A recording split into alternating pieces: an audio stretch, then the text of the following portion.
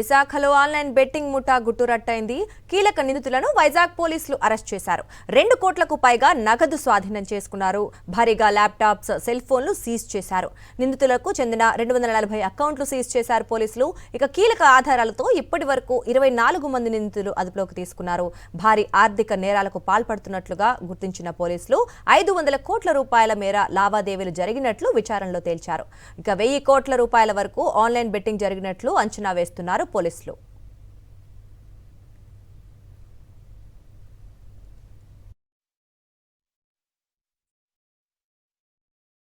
అందులో ఒకడు కాసింకోట అనగపల్లి నుండి ఉన్నారు, మిగతా అందరూ బయట వాళ్ళు. సో వేరే రాష్ట్రానికి పోతే మరి పోలీస్ కోఆపరేషన్ దొరకడం చాలా కష్టం. అది నంబర్ 1. నంబర్ 2 వచ్చేసి ఇనిషియల్ స్టేజ్ మనకు ఏం దొరికింది, ఒక కంప్లైంట్ వచ్చి చెప్పారండి ఈ విధంగా మేము అకౌంట్ సప్లై చేసాము, ఆ కమిషన్ వాళ్ళు ఇస్తామని హామీ ఇస్తే మేము అకౌంట్ సప్లై చేసాము. కాబట్టి ఇది మ్యూల్ అకౌంట్ సప్లై చేశారంటే దేనికి మ్యూల్ అకౌంట్ సప్లై చేశారు మనం తెలుసుకోవాలంటే ఫస్ట్ ఎవరితో అతను మాట్లాడాడు జగదీష్, ఆ జగదీష్ గారిని పట్టుకోవాలి.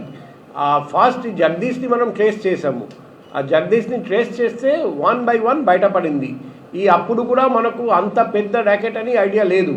సో స్లోగా తీగ లాగితే అప్పుడు ఫస్ట్ బెంగళూరు, తర్వాత కోల్కతా, ఇవన్నీ ఈ అంత పెద్ద మూట అని మనం అప్పుడు కూడా ఊహించలేదు. ఫైనల్గా కల్కటా వరకు వెళ్ళిన తర్వాత అన్నీ సీజ్ చేసిన తర్వాత ఈ అన్ని డిజిటల్ డివైస్ స్క్రూటినైజ్ చేస్తే అన్ని అకౌంట్ బుక్స్, అన్ని అకౌంట్స్ నుండి అకౌంట్ స్టేట్మెంట్ తెప్పించిన తర్వాత అన్ని పాస్బుక్స్ స్క్రూటినైజ్ చేసిన తర్వాత సిమ్ కార్డ్, పాన్ కార్డ్ ఇవన్నీ స్క్రూటినైజ్ చేసిన తర్వాత ఇంతవరకు మనం వచ్చాము.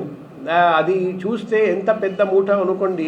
ప్రతిరోజు 2.5 లక్షల కంటే ఎక్కువ మంది ఆడుతున్నారంటే ఈ మూట చాలా రోజుల నుండి పనిచేస్తుంది. కాబట్టి కోట్ల మంది ఈ ఆన్లైన్ బెట్టింగ్ చేసి మోసపోయారండి. సో ఆల్రెడీ మేము 500 కోట్ల కంటే ఎక్కువ లావాదేవీలు చూసాము. ఇంకా ఆల్మోస్ట్ డబల్ అకౌంట్స్ ఇంకా స్క్రూటినైజ్ చేయాల్సి వస్తుంది అనుకుంటా. నేను టోటల్ 1500 కోట్ల కంటే ఎక్కువ లావాదేవీలు ఉంటాయి.